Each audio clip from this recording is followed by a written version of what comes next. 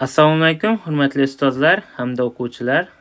Demak, bugun sizlar bilan Xalqaro saralash olimpiadasi hamda viloyat olimpiadasida ham tushgan ajoyib bir olimpiada masalasini tahlil qilamiz. Xo'p, ushbu masala shartini o'qib eshitiraman. Fermer butazor dalada birinchi rasmdagidek A nuqtada turibdi. Demak, birinchi rasmdagidek A nuqtada turibdi. Butazor dalada turibdi ekan. Va S nuqtadagi o'zining uyiga bormoqchi. S nuqtada uy joylashgan ekan, S nuqtaga bormoqchi. Shunisi ma'lumki, butazor dalada ixtiyoriy yo'nalishda, butazor dala bo'ylab ixtiyoriy yo'nalishda V1 teng 5 km/soatiga tezlik bilan yuradi, deyapti butazor ichida. Dala yoqasida yo'lda esa, dala yoqasida yo'l bor ekan, mana dala yoqasida yo'lda esa 7 km/soat tezlik bilan yura oladi. Qanday trayektoriya bo'ylab yurganda fermer o'z uyiga qisqa vaqtda yetib boradi. Eng qisqa vaqtda yetib boradi. Demak, masalani e'tibor berishimiz kerak bo'lgan joyi eng qisqa vaqt. Keyin butazor ichida ixtiyoriy yo'nalishda shuncha tezlik bilan yurishi, yo'l yoqasida, yo'lda esa shuncha tezlik bilan yurishi bu masalada e'tibor berishimiz mumkin bo'lgan asosiy joyi. Qolgani rasmda berilgan. Qolgan joyi rasmda berilgan. Gatov. Xo'p, demak, rasmni qaytadan chizib olamiz. Demak, bizni 8-masala. 8-masalani rasmini qaytadan chizib olamiz. Mana bizga yo'l yoqasi aytaylik. Butazor kattaroq masshtabda chizdim. Mana bu yer butazor.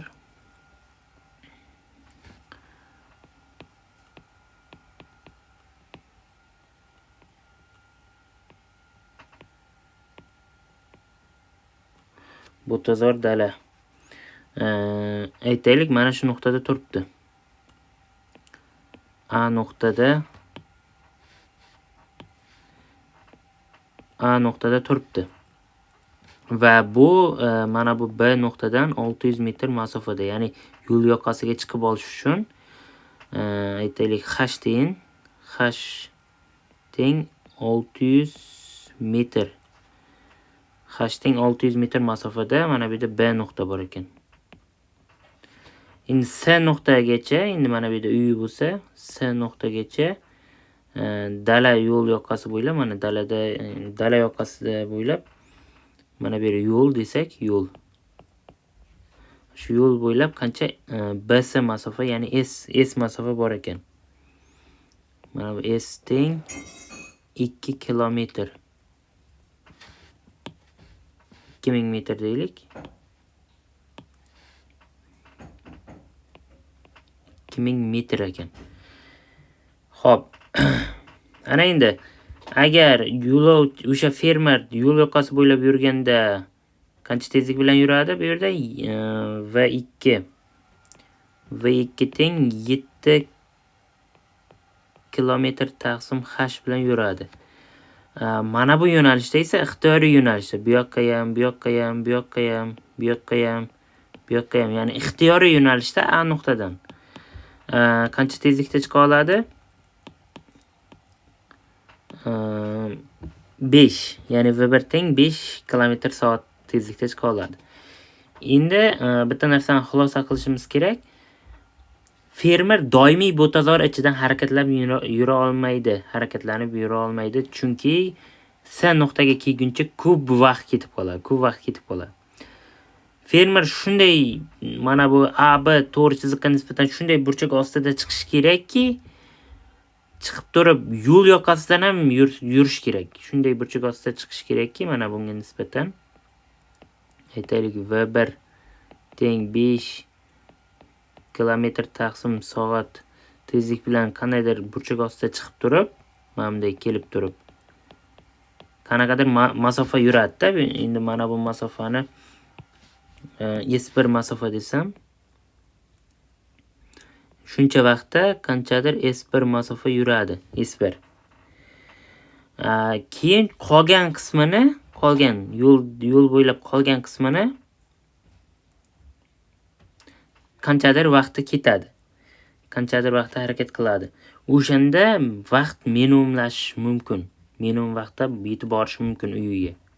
Qolgan holatda minimum vaqtda yetib bora olmaydi. Bu tozor ichidan doimiy harakat qilsa, yetib borish vaqti nabrot. Mana bu S2 desam, yetib borish vaqti ortaveradi-da, endi eng qisqa vaqt bo'lmay qoladi. Endi bu bo'yicha endi harakat tenglamalarni yozib chiqamiz. Harakat tenglamalarni yozaman. Xo'p. S1 nimaga teng bo'ladi? S1 bu V1 da tashkil etuvchisi bo'ladi. Ya'ni V1 da sinus tashkil etuvchisi. Sinus alfa ko'paytgan T1 vaqtda S1 masofani bosib o'tsin. Endi kosinus tashkil etuvchisi bo'ylab esa H masofani bosib o'tadi. V1 da kosinus alfasi ko'paytgan T1 o'sha vaqt momentida mana bu tozorda A nuqtadan B nuqtaga kelishi mumkin. Endi mana shu yergacha T1 vaqt ketadi. Mana bu yerga yo'l yoqasiga chiqib olguncha, undan keyin T2 vaqt ketadi. Bu yo'l yoqasiga chiqib olguncha ketgan vaqtni topsak bo'ladi bu orqali. Undan keyin esa T2 vaqt ketadi. Ya'ni S2 masofani bu birinchi tenglama deb qaraydigan bo'lsam, endi S2 masofani V2 tezlik bilan yuradi. Endi V2 ko'paytgan T2 vaqtda yuradi. Bo'ldi. Bizda mana ikkinchi tenglama ham hosil bo'ldi. Ana endi uchinchi tenglama bor. S1 plus S2 bizda umumiy S ga tengligi bu uchinchi tenglama. Uchinchi tenglama. Xo'p, birinchi tenglamadan bizda umumiy vaqtni topadigan bo'lsam, T1 plus T2 bo'ladi. T1 plus T2. Birinchi tenglamadan T1 topaman, ikkinchi tenglamadan ikkinchi va uchinchi tenglamadan foydalanib turib T2 ni topsam bo'ladi, T2 ni. Xo'p, birinchi navbatda S1 nimaga tengligini topib olaman. Birinchi ifodadan demak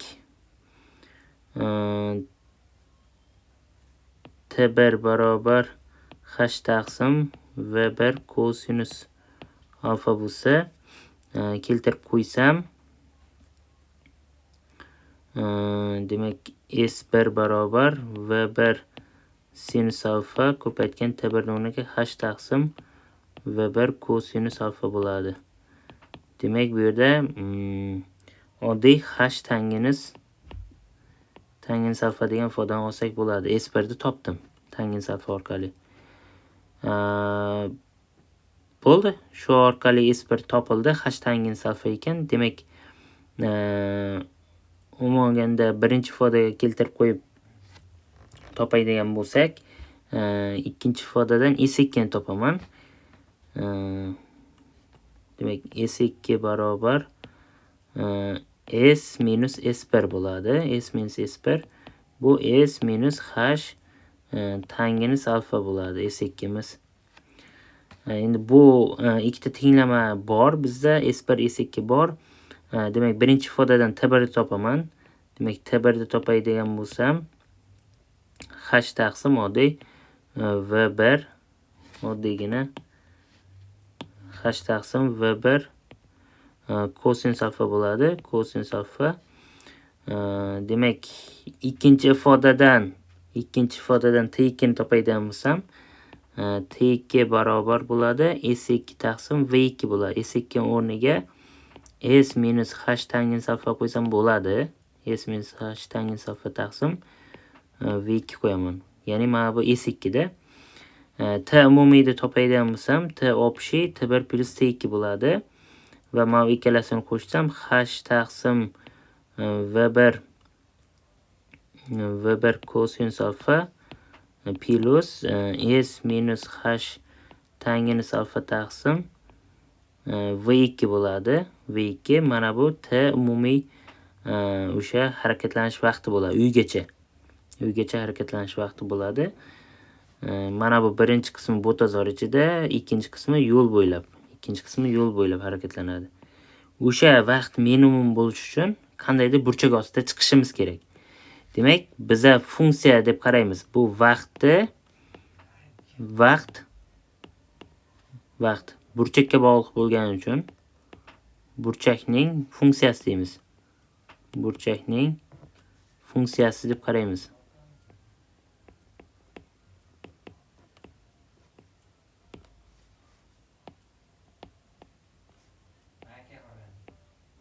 Demak, burchakning funksiyasi deb qaraymiz. Demak, bu t alfa bo'ladi. Shunda t alfa barobar h taqsim v1 kosinus alfa plus s minus h tangens alfa taqsim v2 bo'ladi.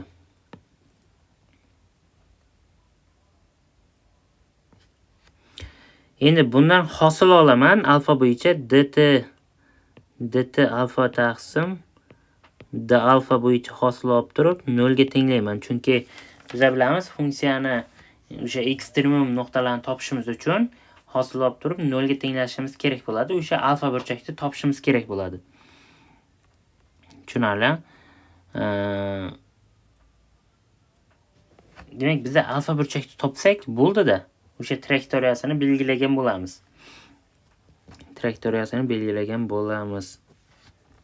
Demak, bu degani mana buni hosili degani. H taqsim v1 kosinus alfa plus s minus h tangens alfa taqsim v2 dan hosil olib 0 ga tenglar degani, ya'ni alfa bo'yicha hosil olib 0 ga tenglar degani. Birinchi navbatda 1 taqsim kosinus alfani hosilasini bilib olishimiz kerak bo'ladi. Buni hosilasini hisoblab olamiz. Bu degani kosinusni minus 1-darajasi, kosinus alfani minus 1-darajasini hosilasi degani. Demak, daraja oldinga tushadi. minus 1. Demak, daraja bittaga ko'payadi. Kosinusni minus 2-si bo'ladi. Ya'ni daraja bittaga kamayadi degani. Chunki minus 1 dan yana minus 1 ayirsa minus 2 bo'ladi. Endi kosinus alfadan ham hosil olsam, bu minus sinus alfa bo'ladi. Demak, buni 1 taqsim kosinus alfani umumiy hosilasi nimaga teng ekan? Minuslar yo'qolib ketib, sinus alfa taqsim kosinus kvadrat alfa bo'lar ekan. Ya'ni bu 1 taqsim kosinus alfani hosilasi. Yoki tangens alfa taqsim kosinus alfa deb olsam bo'ladi. Tangens alfa taqsim kosinus alfa.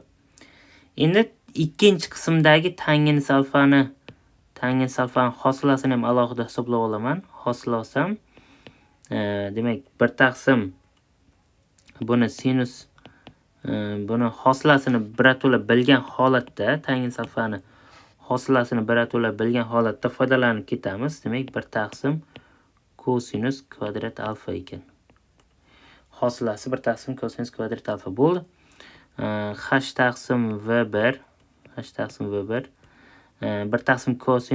taqsim kosinusdan hosilani topdik. Bizlar nima chiqdi bizda? Sinus alfa taqsim kosinus kvadrat alfa chiqdi. Demak, birinchi qism yo'qolib ketadi. Minus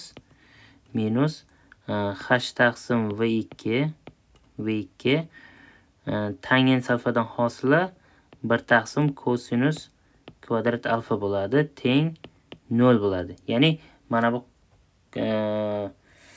hosilasini hisoblab chiqyapman-da. Bu yerda kosinus kvadratlar ketib qoladi.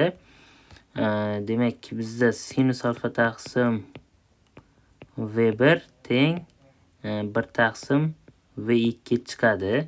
Bundan alfani topsam arc sinus V1 taqsim V2 chiqadi.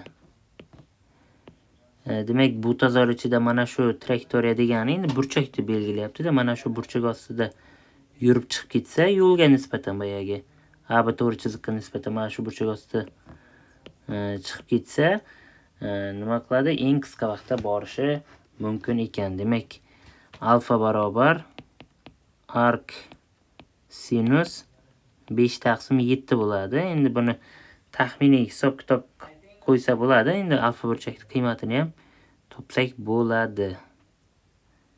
Menimcha masala tushunarli bo'ldi. E'tiboringiz uchun rahmat.